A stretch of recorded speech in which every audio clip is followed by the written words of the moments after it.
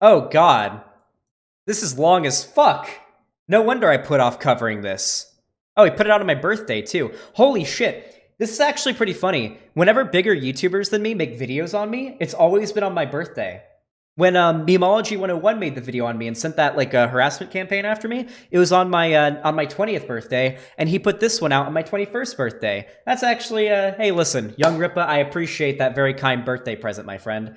Hey, look, we got a little bit more pushback in the like section there. It's called "White Leftist Attempts to Call Me Out on a Video and Makes a Complete Fool Out of Himself." All right, let's see how I've made a complete fool out of myself. The only thing that I think I could have gotten wrong, factually speaking, in that video might have been the exact rhetoric or beliefs of Malcolm X as he got later in his life. I don't know a lot about Malcolm X. I don't particularly like him, but yeah, I don't know. His lighting is pretty good though. His lighting is like fantastic. Like this is my, if it was blue and green, it would be close to what I'm into. This is like bisexual lighting a little bit, but I really do like the lighting, if we're being completely honest. And he's a good looking dude as well. Like I'm gonna be honest, like he seems like a cool dude outside of his horrendous political beliefs. But let's go ahead and get into it. I'm gonna turn the video speed up to 1.5 because this is so long, and we're probably not gonna be able to cover the whole thing because it's so long. But let's go ahead and check it out. It has been a while since we've done a Monetize Your Haters video, but I wanted to do one, and somebody had kind of let me in on this particular video, and its existence is probably exactly what he wanted, but we hadn't done one in a while. I figured we respond to it. Why not? And it has a very interesting title, you know. The title, and this is a white leftist, by the way, the title is "Black Conservative Fails to..." Damn, my dude, I thought you were conservative. Why are you engaged in that identity politics? Oh yeah, by the way, never buy it when the right says they don't like identity politics. Especially black right-wingers, they are the first people to call any white person that criticizes their political beliefs racist. They are always the first person to jump on that shit. Fucking always. Hey, YungRippa, aka Eric July, why are you so against identity politics, yet the first thing you say about me is, by the way, he's white? Now, I love the plus you're white thing. It's hilarious. Like, I'm completely fine with it. The problem is the blatant hypocrisy here, because I know you shit on identity politics all the time. I've seen you do it. Why is the first thing you comment on my race? I mean, I guess the first thing I comment on in my video on you is your race, although it's probably not even the first thing. I mean, it's pretty obvious. But it's relevant to the discussion of your political beliefs. Because when we talk about black conservatives, they're advocating against their own best interest. That's why it's relevant what their race is in this discussion. However, the fact that I'm white isn't really relevant. But hey, you know, identity politics, everyone engages in it to a degree. I just don't like the blatant hypocrisy. To argue for segregation in ethno states, which is interesting because I'm not a black conservative. I'm black, but I'm not conservative. And I'm so... Bullshit. Really? This dude's pulling the Sargon in 2020?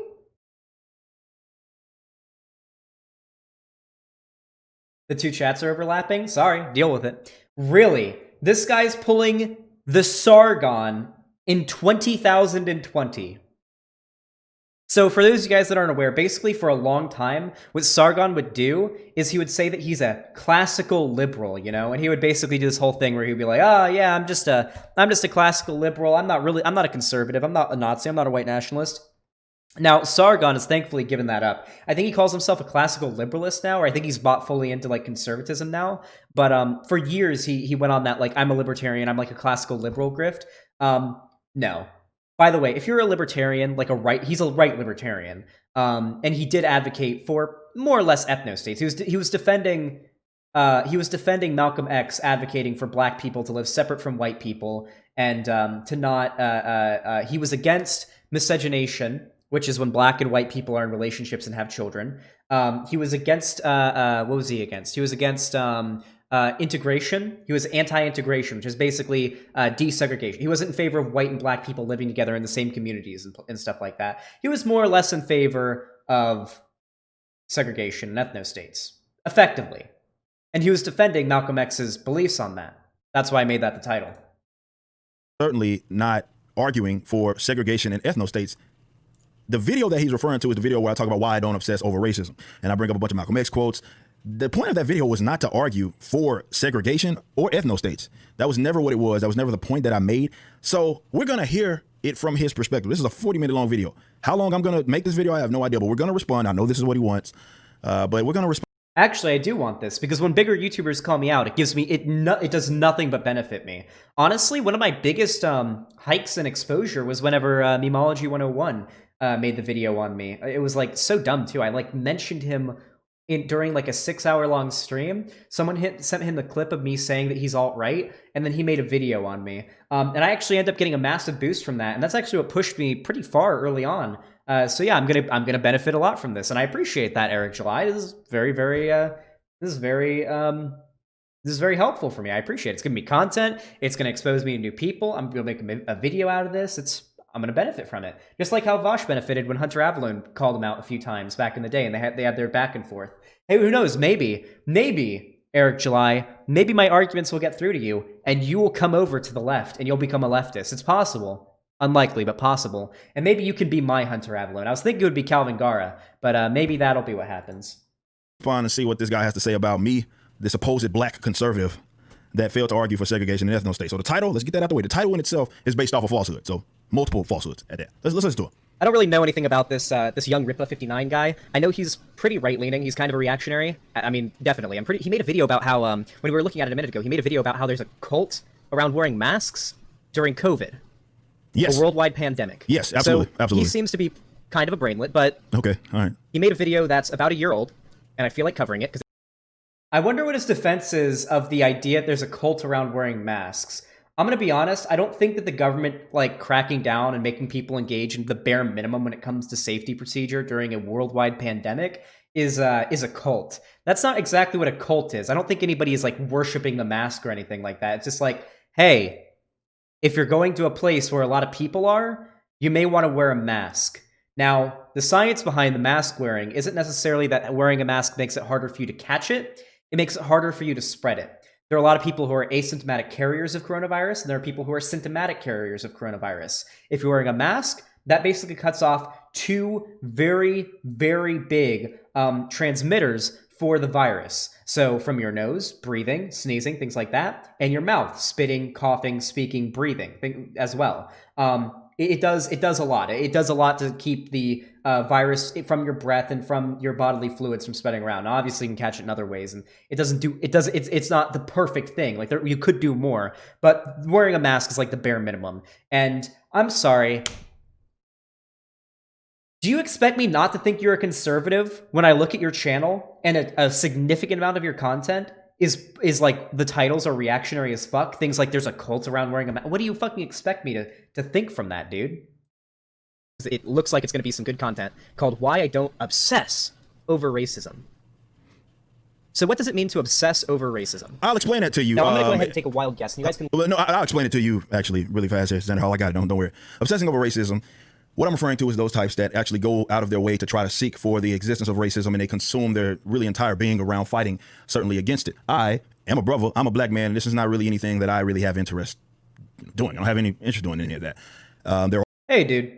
If you're a black guy and you're well off and you're privileged, because you're probably a pretty privileged person. Like, you clearly have a nice apartment, house, wherever you are. You got a nice ass microphone. I know what microphone that is. I know how expensive that microphone is. I've looked at it. I'm a streamer too, dude. I assume you also stream. It looks like you got a streaming setup. I know how expensive like your setup is. Like, you are clearly a pretty well off person. You've had your channel's not doing as good now, but you've got a pretty successful. You've had a pretty successful online career, and you probably, I assume at this point, have a day job. I assume you do this part-time nowadays. But if you personally don't care about racism because it doesn't affect you as much, and that's your life, that's your decision, I disagree with it. I don't think it's a good idea, but that's fine. But if you're going to make a video in which you go on and try to impugn those that go out of their way and make it their life goal, or not even their life goal, but make it a significant part of their drive to fight racism and to fight injustice in our society, that's what I have a problem with. Because then you're not just causing harm to, then it's not your personal choice anymore. Then you're advocating for other people to engage in behavior that I disagree with and that I think makes the world a worse place. And why wouldn't you want to dedicate yourself to fighting racism? Like, why?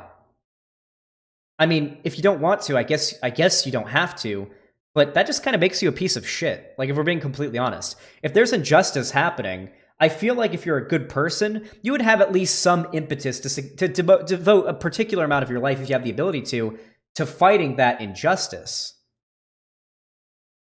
Maybe that's a radical idea. There are those that do, black folks, white folks, so forth, who really, really highlight and emphasize and try to combat racism. I simply am not one of those guys. I'm a guy that I want to rid the world of, aggression, acts of aggression. That's more so what I want to attack. That's the sort of thing, the angle that I take, being a libertarian. I'm not really worried about trying to get you to feel some kind of way about me. Just don't use aggression on me. Now, racism is, Aggression? Okay. That is probably the most milquetoast take I've ever heard. Yeah, no shit, violence and aggression is bad. However, we justify certain behaviors of violence and aggression based on the context. If someone, I'm pretty sure he would defend this as a libertarian. I imagine he's pro-gun. I'm pro-gun too, my dude. I'm a leftist. If someone breaks into your house and tries to kill you, I think you would agree that you have the right to defend yourself, even with violent, lethal force, if you deem that to be necessary to protect yourself and be safe. So aggression on its own is kind of a dumb thing to advocate against. Like, yeah, war bad, violence bad, aggression bad, I guess, but you do realize racism is a form of aggression, right? It's pretty hard to be it's pretty hard to be passively racist. I guess you can have internalized racism, but that's not really what people are marching the streets about right now. They're advocating against a system which disproportionately harms black people. Violently. Yes, Sanderhall, he agrees. That's not aggression, though. Aggression is the person breaking into your house. Aggression is instigating. Sure. Hold on. Okay. He's against is he going to get into like the civility politics thing and say that aggression is like the protesters are being too aggressive? You can't be passively racist, just like you can't be passively aggressive. That's the point, though, right? Argue a bad thing, but like I always say, racism without statism is nothing more than a bad idea. And when it comes to advancing, let's say, black lives or black advancements in communities, combating, let's say, racism per se is not necessarily conducive, as opposed to, let's say, fighting against the state or something like that. There are a lot of things. Oh boy, fucking libertarians. Okay, so here's the problem. The thing is, I'm against states too. I'm an anarchist. I'm a libertarian socialist, okay? I'm not in favor of the state, okay? The problem is that right now, we do live under the state. And this state, he is an ANCAP, I imagine, yeah. This state is propping up a system that is disproportionately harming black people. And that system is kept alive by racists who defend it. People who vote for a racist, or racist people who vote for a racist like Donald Trump, who continues to perpetuate and demonize those who fight against that system. That's why you have to not only fight individual people who decide to be racist or are racist, because sometimes being racist isn't a choice. Maybe you're just born or raised in a household that is racist. You have to fight against people's individual racism as well as the system that is perpetuating it, being, perpetuated by the government or being run by the government. Things that I feel black folks have access to, and we can absolutely focus on those to sort of advance in society, or advance in this particular world that we live in, as opposed to sitting here worrying about what white folk think of us. So there's your breakdown of what I mean when I say that there is an idea of obsessing over racism, and more so why I don't do it. So you got your answer, but I guess he's about to answer it for me. So let's see what he thinks the assessment is.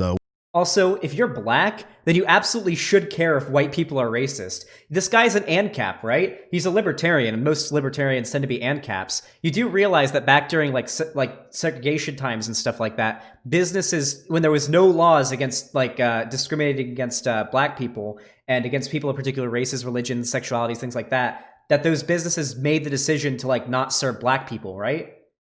They did that. Even though it was fine, yeah, this guy would probably argue that the financial incentive for businesses to do business with particular groups would negate the existence of them deciding to discriminate against those groups. But you do realize that during segregation, basically every business decided, because they were racist, the people who ran it were racist, just not to serve black people, right? That happened, right? It's not just the state. Individual people can engage in oppression towards you, even when they have no government-backed power. When it comes to, me obsessing over racism or not obsessing over racism. Load up your Xander gods, because it's almost a 99.9% chance that this is exactly what it's going to be. But He is going to characterize racism as, sure, there's a few individual people out there that happen to be racist or hold some racist views, but they have the freedom to hold those views. They don't really affect me. So why should I care that much? Why should I obsess over it? Now, this is obviously that's kind of right, but it's not. He's dumbing it down a little too much, but that is my position. You know, most definitely. Like, I know there are racist people out there, and I'd rather not obsess over how they feel about me. Position held. And I'm sure this white man is going to. I was completely right. I forgot. I literally forgot that I was 100% right about his opinion. I'm Xander Gods. I mean, I did it. Also, damn, bringing up that I'm white again. Damn, that identity politics, dude. I thought libertarians and people on the right I thought you were against identity politics, my dude. Why does it matter that I'm white? Going to express exactly how I should feel about that. By progressives and by leftists when we talk about institutional racism or systemic racism, I should say. We talk about disparities within the justice system when you compare the treatment of black people to white people in the criminal justice system, over policing of neighborhoods, socioeconomic status of black people and white people in this country. There is an undeniable, it is not disputed within the academic community. There is an undeniable. Which doesn't mean really hardly anything because they're all leftists anyway. So that in itself doesn't mean anything because it's not. Why do you think the academic community, some of the smartest people on this earth, scientists, sociologists, professors, all these things who are learned in the way the world works, happen to be leftists? So we got the anti-intellectualism there. That is a mainstay staple of conservatism right there. I just don't miss. I never miss. But that's a mainstay of a staple of being a conservative. You have to be anti-intellectual, and the way that you do that is say, well, they're all leftist. Hey, why are all these well-educated, smart people, why do they happen to be so far left? Why? I mean, he's probably a COVID denier because he did the video how like mask wearing is a cult, so I imagine he's against the idea of intellectualism as a concept. Xander Hall libertarians tend to act like they're the smartest people on earth. Yeah, they're pretty full of themselves. There are good libertarians. I should be very clear. People like Lilith Levitt and my buddy Ethan are good libertarians. Like, there are good libertarians who aren't fucking idiots that are completely in favor of like fighting racism and like systemic things and whatnot. And they just like aren't in favor of big government. Like, they want to have guns and weed, and they want trans people and black people and everything to live in harmony and all that stuff be good. Now, do I fully agree with it? Not exactly. I think there are missteps in their thought process and their ideology, but their hearts are in the right place. And I think that on most issues, we'll find agreement when it comes to actual libertarians. The problem is you get a lot of people who claim to be libertarians, but basically are fascists. They're like basically every Nazi I've ever talked to, like outright, like talking about the Jews running the world and black people's subhuman IQ and all that. They all call themselves libertarians. I get so fucking, I get. It's like an alarm gets set off when I have somebody say I'm a libertarian. It's like an alarm bell goes off in my head because it's like, how many libertarians have I heard, or how many Nazis have I heard call themselves a libertarian? Didn't Stefan Molyneux, who made a whole movie about him now being a white nationalist, call himself a libertarian? Yeah, Razor Fist calls himself a libertarian. Six Hex and Hammer 666 calls himself a libertarian. All the fucking Nazis call themselves that. So you can understand why I get a little iffy whenever I hear someone say they're a libertarian. I disputed them on the academic community. Certainly when you know their slants from a political angle. Disparity between the position of black people and white people in this country, and that is academically seen as a racist. And that's what most leftists talk about. Now, I disagree that most leftists talk about that, but I will address this issue of disparity.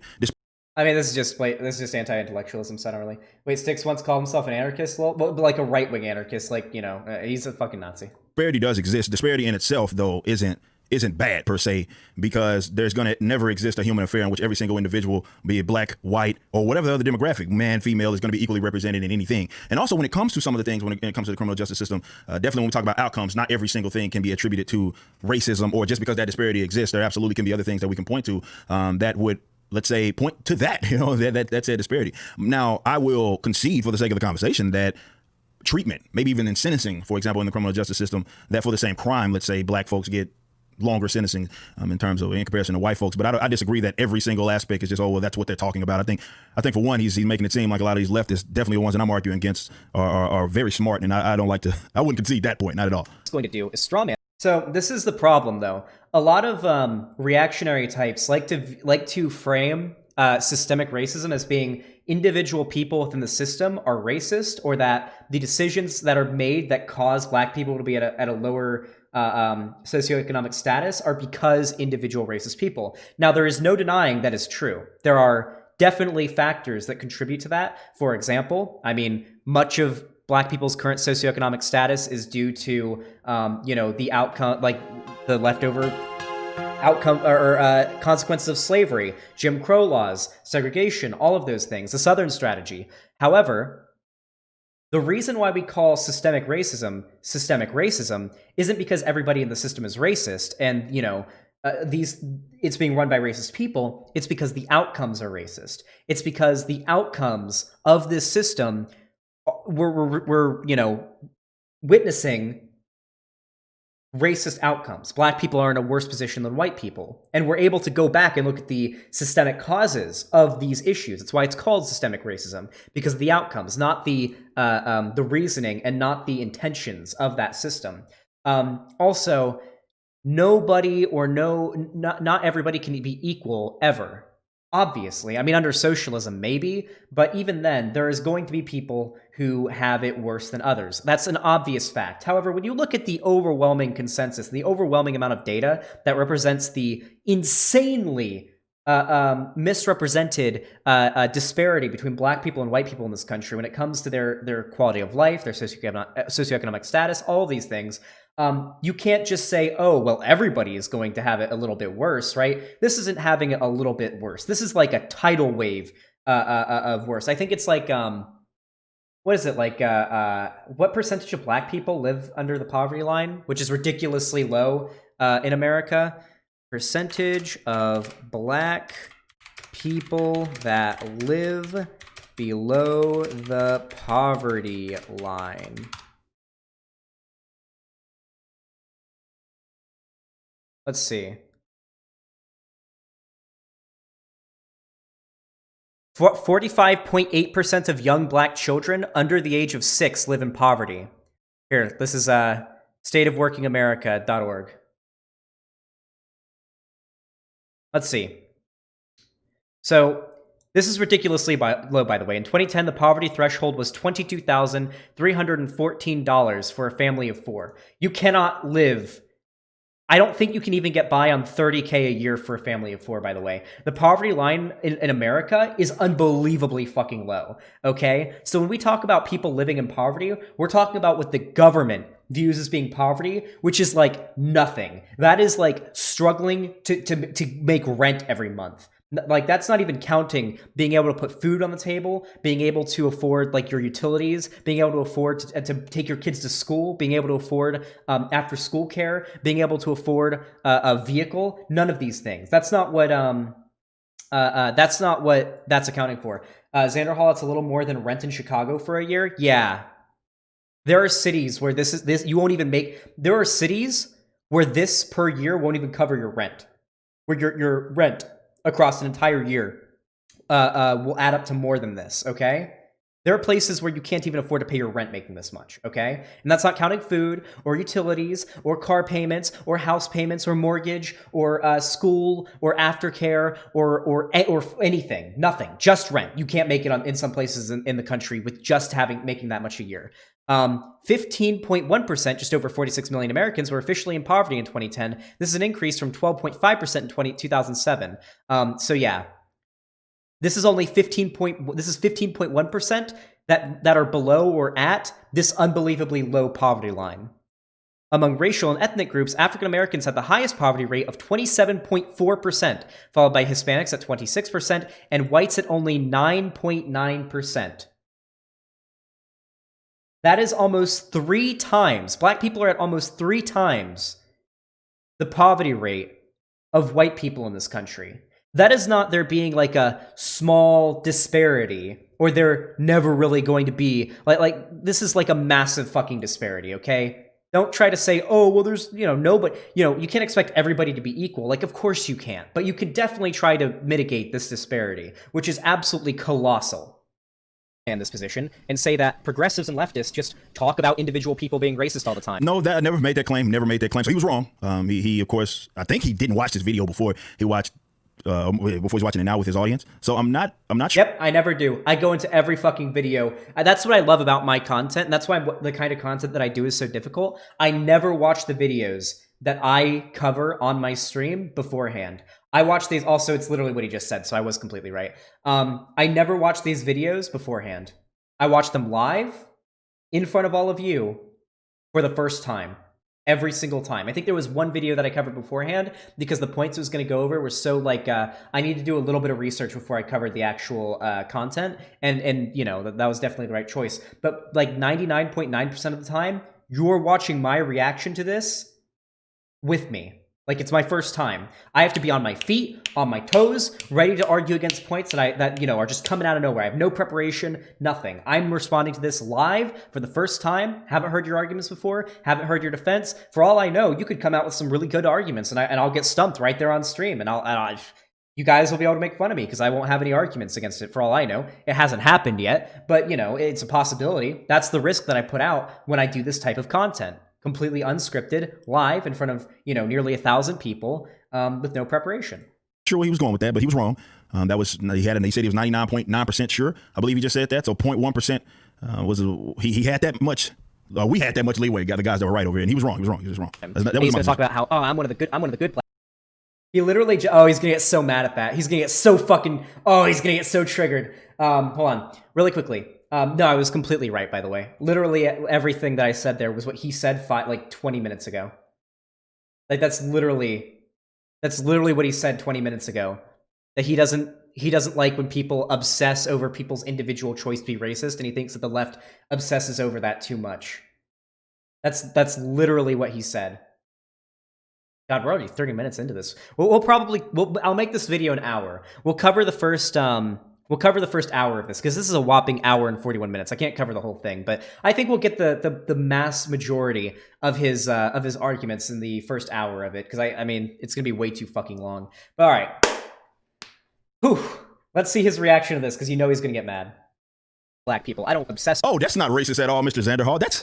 That's interesting, right? Like, so this is active stereotype. This is how I believe that a lot of white folk, our stereotype, right along with a lot of white leftists, think about black folks. Like, he's like already putting all of these things on me, right? Before he's even going through with his audience, that I am trying to present myself as if, I'm one of the good black people. Like, that's silly, right? That's not anything that I have any desire doing. In fact, that's the whole point of the damn video, is that I don't give a damn about how you feel, about more so my position. And I don't really care about yours when it comes to advancing in life.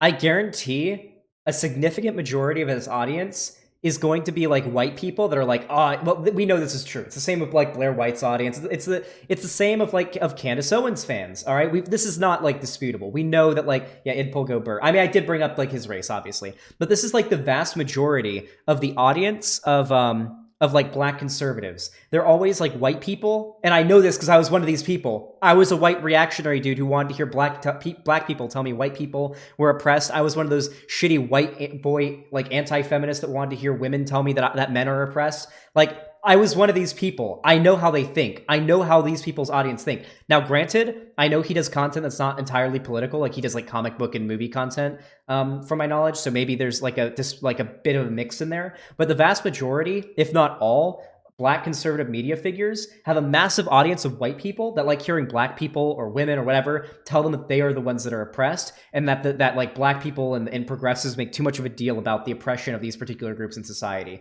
This is always how it fucking goes. It's always how it goes. Always. I went into a Candace Owens Facebook stream once, and you know those memes where it shows like the stereotypical like white sunglasses boomer sitting in their truck or whatever on like Twitter or Facebook? That's always the profile picture of like the Trump supporters having bad takes. You know that? Every single person talking in the chat of Candace Owens' live stream had that profile picture. Every single one of them. That is these people's fan base. Life as a black man, I just want you out of my damn way. Over racism, and it's gonna be like, all right. That's interesting though that he went that way. Presenting myself as one of the, that was unprovoked, right? He hasn't even pressed play on the video, completely unprovoked, and he said that he didn't know much about me, but that's where he went with it. I just want to be very clear there that that's where Xanderhall went with it. Me trying to present it as if I'm. Damn, and I was completely right. Hey, listen, that's the point of me doing my content. If I got completely proven wrong by your video, I would have been embarrassed in front of over 1,000. I had over 1,000 people watching this stream. I would have been wrong and embarrassed in front of 1,000 people live. No edits. I can't do any. Hey, I'm doing this live. Okay, there's nothing I can do about that. But hey, it turns out I was right. So I don't know. Like, yeah. I'm the one presenting myself as the good black guy. That's where he went with it immediately. 2 minutes in the video, and that's where this white leftist went with it. Load up the Xander gods. So maybe he's projecting when we're talking about this racism thing. I don't know. Gonna be what this is. The assumption is that because I'm black, I'm supposed to obsess over racism, and by obsession, I mean that, you know, the sort of idea that I'm supposed to always talk about it, I'm supposed to call it out, but I'm also supposed to go out of my way to look for it. So this is the big thing that kind of that triggers me when I argue against black conservatives. It's because no matter how much they claim they hate idpol, it's always what they fall back on. When they don't have an argument, they will always fall back on, you're a white person telling a black person how they should think. And that's not what I'm doing. I do this to everybody that I disagree with. I argue against the points of everybody that I disagree with, and when they're part of a group and they're advocating against that group, the best interest of that group, I'm going to call that out. Fucking obviously, it's relevant. It's extremely relevant. Also, like the projecting racism thing, implying that I'm racist. It's the young Malcolm X coming out, yeah, implying that I'm racist because I guess you don't have an argument. I guess, yeah. And use my platform to also, I don't think I ever call him racist once in this video, like racist against black people. I just think he's stupid. Maybe grifting, I don't know. Like I don't think I ever call him racist in this video. It's possible I do, I don't remember it. But it's crazy how he's like a based, you know, not leftist, like right libertarian dude who's against identity politics and the SJWs, and yet he goes ahead and he accused me of racism there. He said I'm projecting racism there. Accused me of being racist right there. Damn, that idpol though. Announce it. And you don't miss. You didn't even say that. What is he talking about? He's talking about that wasn't what he just said. We just listened to you, Xander Hall. What are you talking about? You don't miss. That's not what you said. That was not what you said. You said a whole lot of nonsense, and it had nothing to do with what I just said. What is this man? Hold on, what did you say? I wasn't paying attention to his argument. Presenting myself as the good black guy. That's where he went with it immediately. 2 minutes in the video, and that's where this white leftist went with it. Load up the Xander gods. So maybe he's projecting when we're talking about this racism thing. I don't know. Gonna be what this is. The assumption is that because I'm black, I'm supposed to obsess over racism, and by obsession, I mean that, you know, the sort of idea that I'm supposed to always talk about it, I'm supposed to call it out, but I'm also supposed to go out of my way to look for it and use my platform to denounce it. And you don't miss. Yep, no, I don't miss. Yeah, no, I was completely right. I was completely right. That's exactly what I was going to say he was going to talk about. How leftists talk too much about individual people being racist and how they go out of their way to look for... Like, literally, that's exactly what I said he was going to say. Why would you post this, Eric July? I don't know, maybe, like, because, I mean, you have a lot of likes in this video. Maybe your audience is, like, too stupid and they, like, forget. They have goldfish memory and they forget exactly what I said 5 minutes before. But I literally called exactly what you were going to say multiple times. Ironically, like, why would you post this? Why would you post this, dude? Yes. You didn't even say that. What is he talking about? He's talking about that wasn't what he just said. We just listened to you, Xander Hall. What are you talking about? You don't miss. That's not what you said. That was not what you said. You said a whole lot of nonsense, and it had nothing to do with what I just said. What is this man talking about? He's like, oh, I was right. No, the hell you wasn't. Fucking miss. What nonsense did I say? You want to go back and replay what I said just before you said it? Black right-wingers are masochists. Right-wingers have victim complexes. I don't think it's masochism. I think it's like, I don't really care to like delve into the psychology of like conservatives who are part of the like a particular marginalized group that are marginalized by conservatives. I don't really care to look into like the psychology of it. All you can really look at is their intent. Is like you can try to speculate on their intentions if it's extremely obvious. Like Candace Owens being an obvious grifter, Blair White being like dumb and maybe a grifter. Although I'm actually starting to think that Blair White might just be dumb. Like I've been suspicious for a while now that Blair White is just like grifting, but I genuinely think she believes in what she says. Like unironically, I genuinely think she believes what she says. And she's just that dumb. Which is even worse, I would argue. On the other hand, when it comes to Calvin Gara, who's a friend of Blair White, I think he's smart enough because he's changed his mind many times throughout his YouTube stuff. Like there was a time when he literally would like shit on like non-binary people and trans people who didn't pass well enough, and now he doesn't do that anymore. And he's changed his mind before, and he seems like a reasonable dude, which is why I'm excited to talk to him on stream pretty soon. I just need to get the rest of my sound foam up because I don't want to be all echoey and shitty when I talk to him. But I don't care to look into like the psychological reasoning for why YungRippa is advocating for what he's advocating for. I don't care for that. All I care about is the outcome and the reasoning that he goes about for making his arguments and the outcome that his arguments have on the world. I'm a consequentialist, you see. You talking about you don't So- miss? You did miss. What is he talking about here?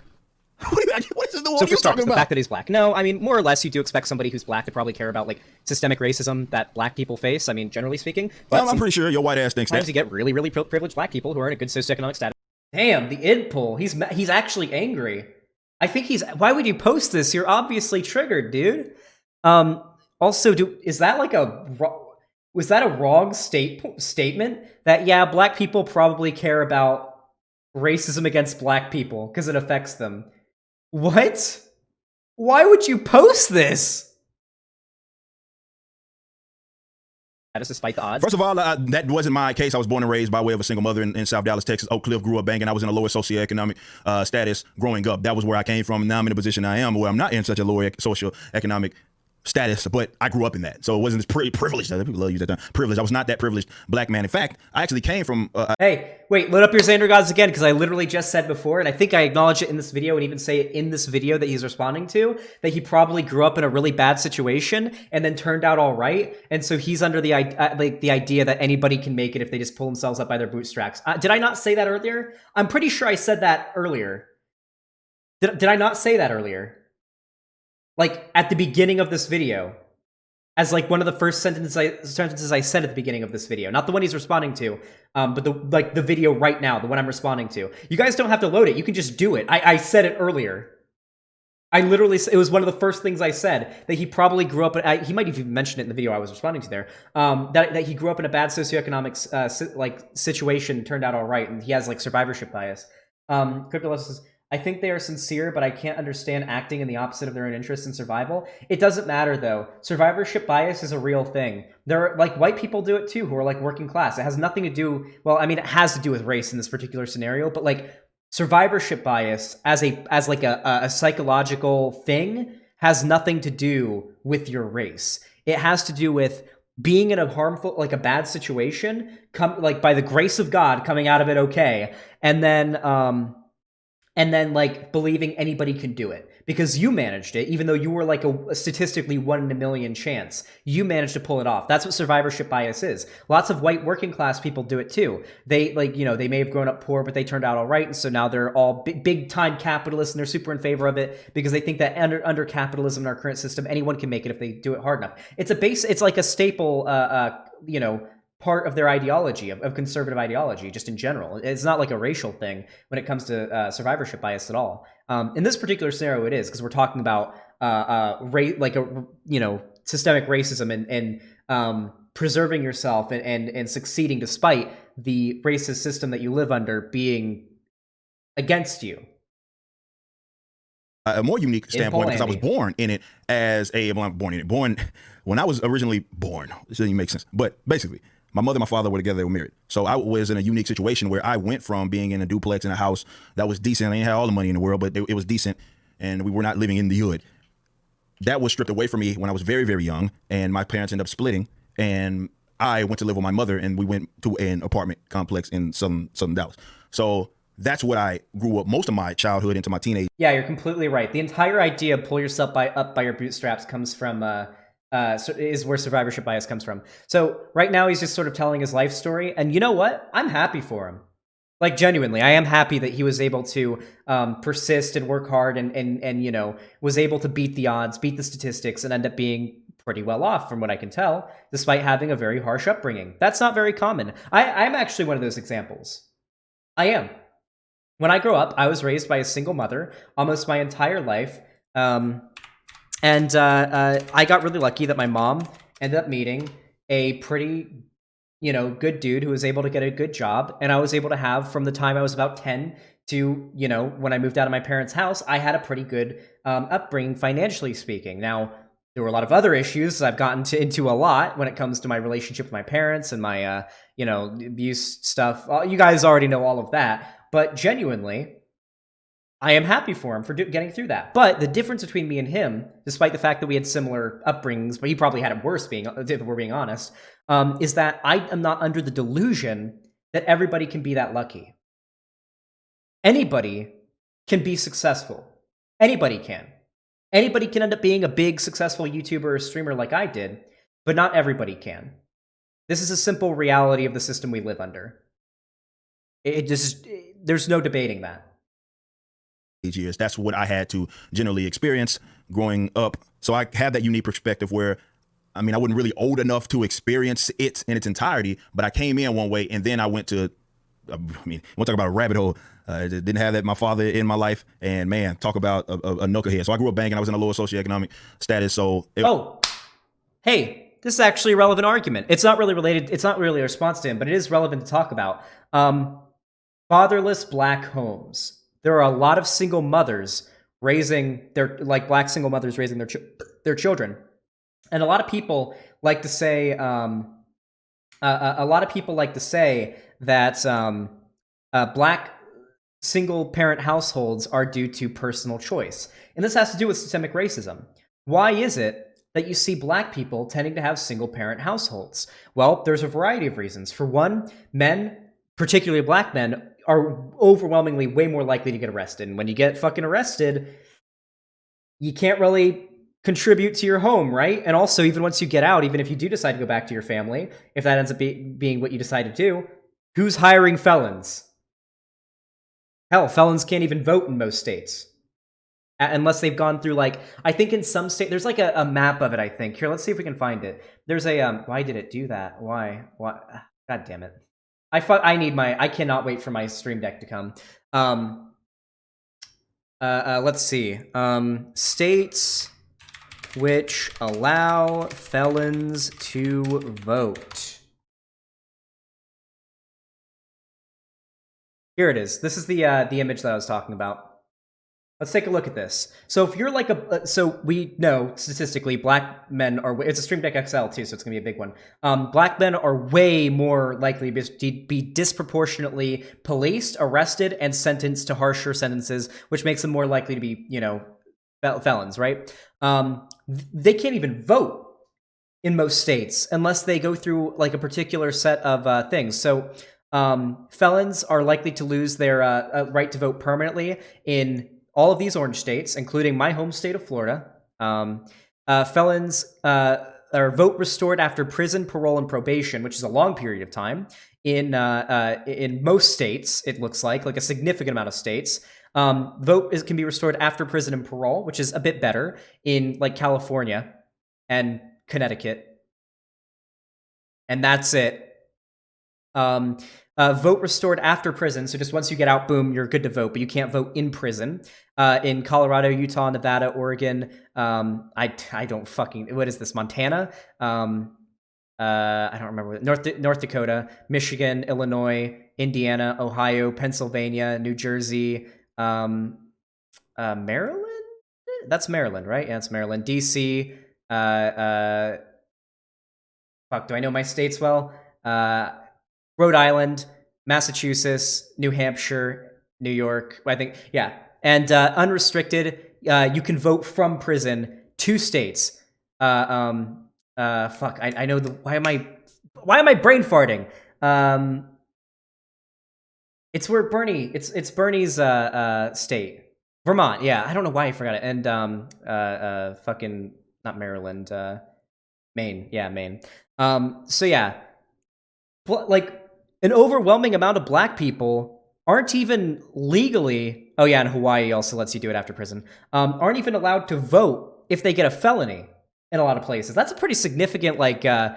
And then on top of that, let's talk about fatherless homes. Why do you, there's a lot of behaviors and a lot of like black conservatives and people who are against like, who are against the idea of systemic racism like to bring up this argument a lot too.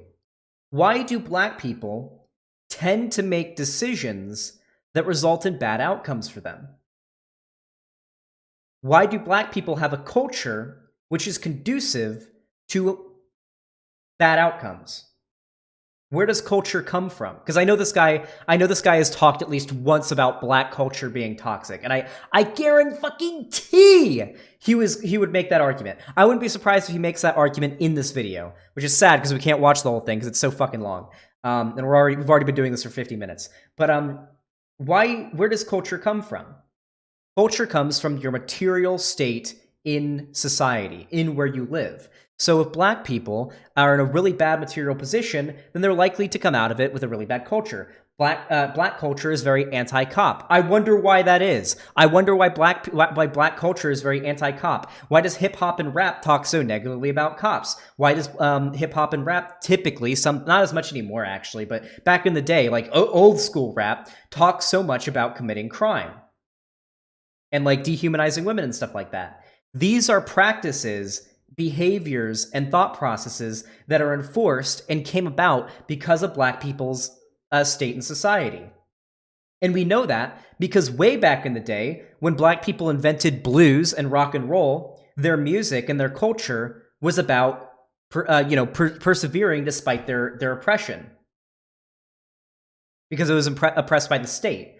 But nowadays, it's not as black and white as, oh, slavery is legal, or oh, segregation is a thing, or oh, Jim Crow is a thing. Nowadays, we're in the age of the Southern strategy and of dog whistling and of needing to have a strong academic understanding of these issues in order to recognize that there is systemic issues and systemic power structures that are keeping you down. Which is why there's a very big change in black culture now. That's where it comes from. And I know he's probably made that argument before, but I do think that's relevant to talk about. I was not a privileged black kid by any means. And they end up having the survivorship bias, and they end up going... By the way, oh, I'm literally saying the thing right now. Holy shit. I'm literally saying the thing about his survivorship bias now. I never said that he grew up privileged. Maybe did I say he grew up privileged? I don't think I did. I literally said that now he is privileged. He is privileged now. He's well off. He's able to escape many of the negative outcomes or the negative sides of being black in America because he is wealthy, or at least well off. As a YouTuber with a pretty prominent, like a fairly prominent YouTuber, as well as somebody with a fan base and a support system. And thinking, oh, well, I made it just fine. Why should I be obsessed over systemic racism when I'm just fine? Look at me. Look, I've got a successful YouTube channel with over 200,000 views. Which I had a really shitty socioeconomic status when I was a child, and I ended up fine. I never went to prison. I'm pretty sure.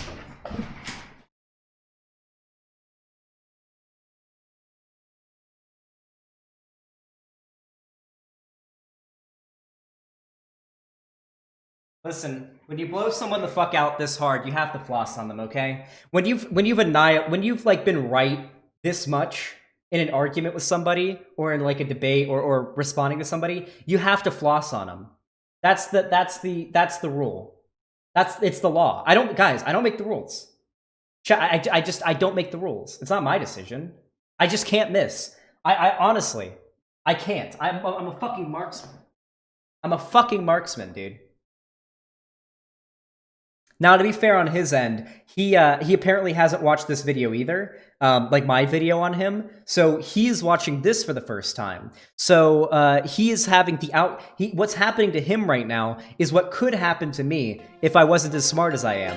Where I'm responding to a video live and I get proven wrong live and I can't do anything about it. That's what's happening to him right now, because he didn't watch this video beforehand to know like what my arguments are ahead of time. Okay, so he mentions that, but what he just said, he was like privileged, but I guess he's saying privileged, and maybe what he was meaning more so is me getting in the position that I'm in now and getting out of that, which makes it sound like I was lucky, like I had nothing to do with it, and I'm just one of the lucky ones that got out. And this is how a lot of unfortunate white leftists feel about black folks. No, hey, listen. I can understand the mindset by being upset, by being upset whenever somebody says that you got lucky because you're in the position that you are. You did. There is a significant amount of luck that plays into it. Undoubtedly. That's obviously not all that it is. Also, why is my exposure so... Jesus. That's obviously not all that plays into it. Obviously. Anybody with a fucking brainstem knows that. However, if we look at the statistics, it's pretty clear that just working your ass off just isn't enough. It's just not. The stats are out there. Do you think there aren't millions upon millions upon millions of black people that are doing their damnedest to try to move their way up as socioeconomically in society and just not able to do it because the odds are too much in their favor, or against them, not in their favor? A significant amount of it is luck. And you know what? I'm gonna say this right now. I would argue that at least 80% of me being in the position that I'm in right now is luck. I worked hard to build my channel. I make I would argue I do a pretty good job of marketing and building my channel and trying my best to be successful. I start my stream up almost every day, and I put out videos daily, and I do my damnedest, and I do research, and I work hard on my content. I do. The problem is there are millions of other YouTubers who put in the same amount, if not more, work into their channels as I do. And they are not experiencing a fraction of the success that I have.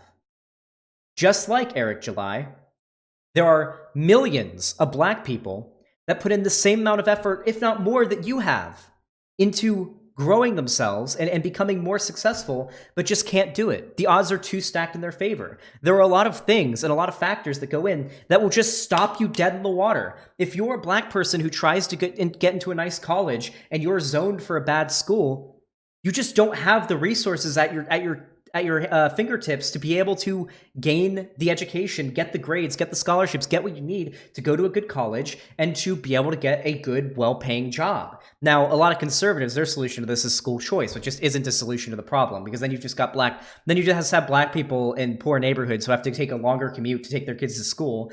And that's just worse for them. The solution there, by the way, is not school choice. The solution is making schools better, not basing schools funding on not having schools be funded by local property taxes. It's a simple, that's not how we do it. I see a lot of conservatives make that argument, but yeah, no, like a significant amount of it is luck. I'm not saying you didn't work hard. I mean, you definitely did. You absolutely worked hard. You definitely did, and you deserve praise for how hard you worked to get into the position that you are today, just like I do. But you have to recognize that statistically, you got very, very lucky. Hard work and luck together are what get us into the positions that we're in. Doesn't matter if you're white or black. It doesn't matter. Even if you're white, lower, or working class person, luck is going to, no matter how hard you work, luck is going to be a huge part of that. And luck is going to be an even bigger part of it if you're black, because there's a lot more systemic barriers in place to keep you from being successful if you're black than if you're white, which is undeniable. Wait, no, that's the Tatum guy. Never mind, different dude. Oh! Wait a minute. You mean to tell me that you didn't know the difference between me and Brandon Tatum? What? Yeah, you guys look very similar. Wait. Brandon Tatum.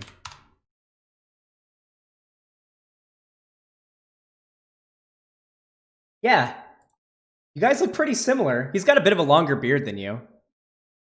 But yeah, you guys look fairly similar. Like with the baseball cap on, yeah, you absolutely look kind of similar. It's just like whenever somebody sees a guy with a beard and a ponytail or a man bun and glasses and everyone says it's Vosh. It's why everyone says Vosh and the Quartering look the same. Like, yeah, you have similar features. You're both black, you both have beards, you both have like a similar facial structure. You're both conservative, like right-wing YouTubers. Why are you like trying to call me racist here for confusing both of you? Okay. But he isn't voting for Biden. True. That's actually true. If he's not voting for Biden, then he's not black, which means I can't be racist. Simple as that. We got him, dude. All right, we've been doing this for over an hour now. So here's what we've got from this video here. Now, it's granted, we only got 13 minutes in because I'm pausing Andy. I didn't care how much of this is that you're face blind to other races, that they look similar because I kind of see it. No, absolutely, they do look very similar, and they do a similar thing, so it's pretty reasonable to confuse them. People do this all the time. Like, people do it with Vosh and everything like that. It's not always racist. Now, if you're saying that every black person looks the same, then it's definitely racist. But like, two people who are of the same race that look pretty similar, it's reasonable to say that they look similar. Like, you guys watch Vosh, right? You guys see how often every time Vosh responds to a video where a guy is like a little bit overweight with a beard and glasses, they say, "He looks just like you! It's you, dude!" Like every time a white guy with glasses and a beard is on there, people say him and the Amazing Atheist look the same. It's a meme because it's kind of true. Anyway, so here's what we got from this video, okay? We got him saying that I'm going to be wrong and I'm going to strawman his positions, him explaining his position, then he plays the video, and then I say exactly his position and explain why it's dumb multiple times. That has happened multiple times. Yeah, they did it with Jimmy Snow yesterday. Yeah, he interviewed Jimmy Snow yesterday and people said they look the same. It happens all the time. But yeah. So we've gotten that multiple times. Me literally like predicting every argument he was going to make. And then him calling me white multiple times, which is, it's funny when you do it ironically. Whenever you do like whenever I do the plus you're white thing to people, it's funny. But when it's done unironically, then it's cringe. If your argument is literally this person is white, then it's cringe. So he's like mentioned my race multiple times. When I mentioned his race once in a part where it was relevant, the fact that he's black and managed to get by despite there being systemic barriers for black people to succeed in society. And then he also got really mad because I confused him for somebody that looks like him and does similar work to him. Damn. Why did he upload this? All right, let's look at the comments, actually, really quickly. Before we wrap this up, we'll look at the comments here. A white man telling a black man how to think. Nothing racist here. Move along, people. Okay, so identity politics. Why does this white man care so much about why a black man doesn't obsess over racism? Interesting. More identity politics. Pretty predictable. By the way, I don't really care what he individually believes. I care what he advocates for on his platform. It's why I do what I do. It's why I respond to people's videos, no matter what their race or whatever is. It's because they're saying, if they're saying dumb shit, I call them out. They're causing demonstrable harm. They cause demonstrable harm by their existence. That kid basically uses black people as a token to make himself look good, improving his social credit. This is gold coming from a conservative like right-wing YouTube channel. I love it when Xander Hall said, "I'm a god." That is the problem. He thinks he knows more than everyone else, and his views are the only ones that matter. Self-entitled. He doesn't get the Xander god meme. Doesn't get the Xander god meme. Oh no. This kid is wholly ignorant of black folks and life as a whole. Damn, dude. Fucking got me, I guess. I'll admit, like I don't have all that much life experience. I was kept like basically in my parents' locked in my parents' house for a pretty significant amount of my life, and it was like prevented from experiencing quite a bit of like what normal life is like, and that's changing now that I'm living on my own, and it's a pretty interesting adventure, but not really an argument against any point that I made. So, oh god, why would he upload? I guess his audience likes it, but God, I would be embarrassed uploading if I did a response video to somebody. If I did a response video to somebody and got everything wrong, and they were able to predict every argument I was going to make and debunk it before I even made it, which is what I did to him here, I would not upload that. I would be too fucking embarrassed to upload that video. So, hey, listen, YungRippa, Eric July, fucking, I commend you for your bravery, my dude.